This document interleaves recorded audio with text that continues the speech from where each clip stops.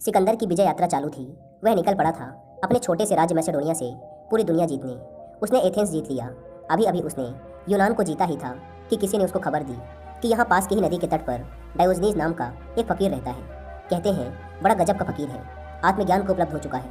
पूरे दिन नग्न ही पड़ा रहता है नदी के किनारे। लोग कहते हैं कि बड़े से बड़े सम्राट भी उसके सामने फीके हैं। यह सुन सिकंदर ने ऊंची आवाज़ में कहा, ऐसा क्या है उस फकीर के पास?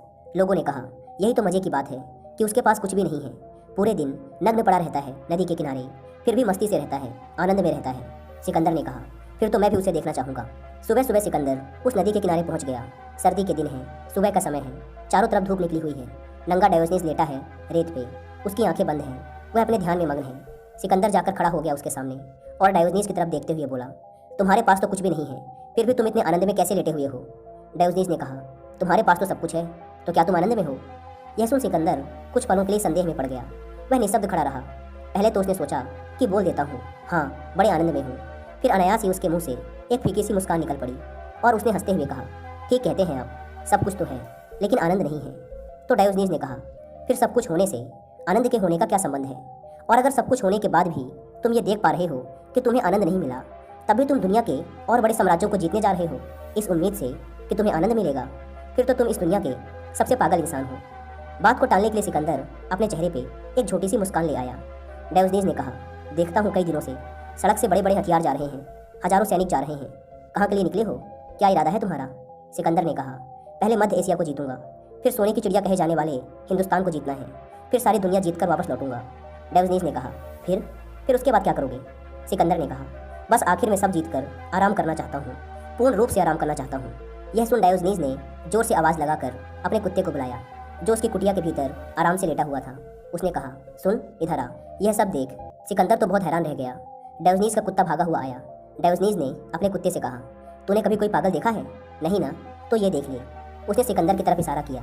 डायोजनीज ने कहा, यह सिकंदर है, यह कह रहा है सारी दुनिया जीत लूंगा तब आराम से रहूंगा, और हम दोनों यहाँ बिना दुनिया को जीते ही आराम से रह रहे हैं। हमने बड़ी गलती कर दी, हम भी पहले दुनिया जीत लेते। यह कहकर डायोजनीज जोर जोर से हंसने लगा। डायोजनीज को देखकर उसका कुत्ता भी ऊपर नीचे सिर हिलाने लगा। सिकंदर को लगा जैसे डायोजनीज और उसका कुत्ता दोनों ही उस पर हंस रहे हों, उसकी मूर्खता पर हंस रहे हों। डायोजनीज ने कहा, अगर तुम्हें आराम से ही रहना है तो मैं इस बात का सबूत हूँ कि बिना दुनिया जीते और बिना किसी संसाधन के भी आनंद में रहा जा सकता है। मैं तो बिल्कुल आनंद में ही जी रहा हूँ। फिर तुम भी आ जाओ, मेरा झोपड़ा काफ़ी बड़ा है, इसमें हम तीनों बड़े आराम से रह सकते हैं। तुम भी आराम करो, आओ और आकर लेट जाओ मेरे बगल में आराम से। सिकंदर ने कहा, निमंत्रण के लिए धन्यवाद, लेकिन मुझ में इतना साहस नहीं कि मैं तुम्हारी तरह नदी के किनारे नग्न पड़ा रह सकूं।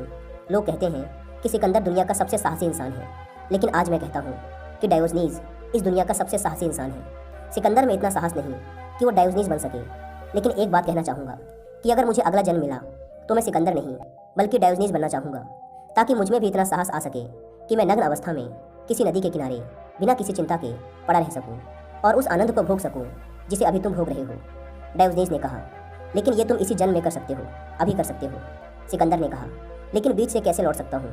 अभी तो जाना ही पड़ेगा, अब तो निकल ही चुका हूँ दुनिया जीतने, अब तो जीतनी ही पड़ेगी।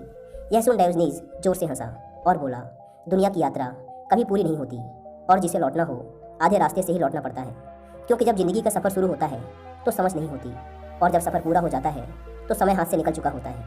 इसलिए आज तक जो भी लौटा है बीच रास्ते से ही लौटा है, और क्या भरोसा जिंदगी पूरी हो जाए और यात्रा पूरी ना हो तो तुम आ ही ना पाओ। सिकंदर ने कहा, नहीं ऐसा ना होगा, मैं पूरी कोशिश करूंगा कि लौटते वक्त फिर मिलूं। डायोजनीज सिकंदर की तरफ इशारा करते हुए अपने कुत्ते से फिर कहने लगा, ध्यान रखना, ये अपन से वादा कर रहा है। हालांकि इंसान के वायदे का क्या भरोसा, आज है कल मौत आ जाए, क्या भरोसा, लेकिन इसे लग रहा है कि सब कुछ इसके हिसाब से ही चलेगा। सिकंदर ने कहा, मैं बहुत खुश हुआ आपसे मिलकर, आपको कभी भुला ना पाऊंगा। इतना हिम्मत वाला और निर्भीक आदमी मैंने अपनी ज़िंदगी में कभी नहीं देखा। डायोजनीज अभी भी आराम से लेटा हुआ है। सिकंदर उसके सामने खड़ा है। सिकंदर ने कहा, मैं तुम्हारे लिए क्या कर सकता हूँ? मैं एक सम्राट हूँ, मेरे पास सब कुछ है। डायोजनीज ने कहा, तुम मेरे लिए क्या कर सकते हो? मेरे लिए करने को कुछ बचा ही नहीं, बस मुझ पर एक कृपा करो, थोड़ा धूप छोड़कर खड़े हो जाओ। मस्त धूप आ रही थी, लेकिन तुम बाधा बनकर खड़े हो गए। बस इतनी सी कृपा करो कि थोड़ा सा किनारे हो जाओ और मुझ पर धूप आने दो, और ध्यान रहे कि किसी बेचारी की धूप मत छीन लेना। तुम आदमी बड़े खतरनाक मालूम पड़ते हो, तुम किसी की भी धूप छीन सकते हो, तुम्हारे हाथ में तलवार है बड़ी खतरनाक। सिकंदर ऊपर से हंसता हुआ लेकिन भीतर से रोता हुआ वहाँ से विदा ले लिया। डायोजनीज की बातों ने तो उसके दिल पर चोट कर ही दी थी, अंदर घाव तो हो ही गया था। बात तो चोट खा ही गई थी उसे कि एक नंगा इंसान जिसके पास कुछ भी नहीं है वह आनंद को उपलब्ध हो गया, लेकिन उसके पास सब कुछ होते हुए भी वह दुखी है। उसके मन में इस बात की बड़ी पीड़ा थी। सिकंदर मन में रोता हुआ मगर ऊपर से हंसता हुआ लौट आया। उसके सेनापतियों ने उससे कहा कि उसकी हंसी आज बड़ी छोटी मालूम पड़ रही है। फिर सिकंदर ने पूरा मध्य एशिया जीता। राजा पोरस से उसका एक बहुत भयंकर युद्ध हुआ। उसके बाद वह अकूत संपदा लेकर लौटा।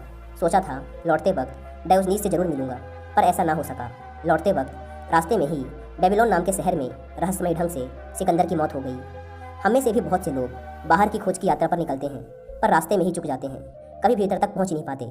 सिकंदर भी नहीं पहुंच पाया था। मरते वक्त उसे भी डायोजनीज का ख्याल तो हुआ ही होगा कि कहा था उस नंगे फकीर ने कि पता नहीं लौट पाओ या ना लौट पाओ, इसलिए अभी आराम कर लो, जिंदगी का कोई भरोसा नहीं।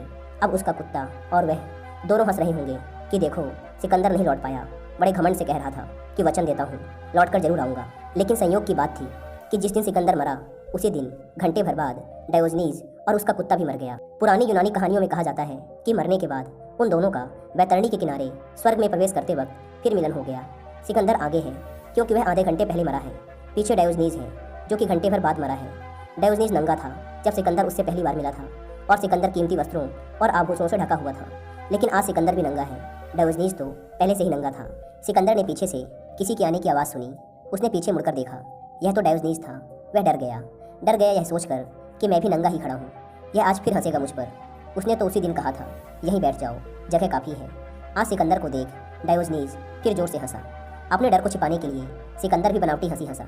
उसने जोर से हंसने की कोशिश की लेकिन वह ना हंस सका। सिकंदर ने हंसते हुए कहा, अच्छा तुम डायोजनीज हो? कितनी खुशी की बात है कि एक बादशाह से एक फकीर मिला, वो भी बैतरणी पर। इससे पहले शायद ही कभी ऐसा हुआ हो। यह सुन डायोजनीज जोरों से हंसने लगा। उसने कहा, ठीक कहते हो, लेकिन एक भूल कर रहे हो। भूल इस बात की कर रहे हो कि तुम अभी भी यह नहीं पहचान पा रहे कि कौन बादशाह है और कौन फकीर।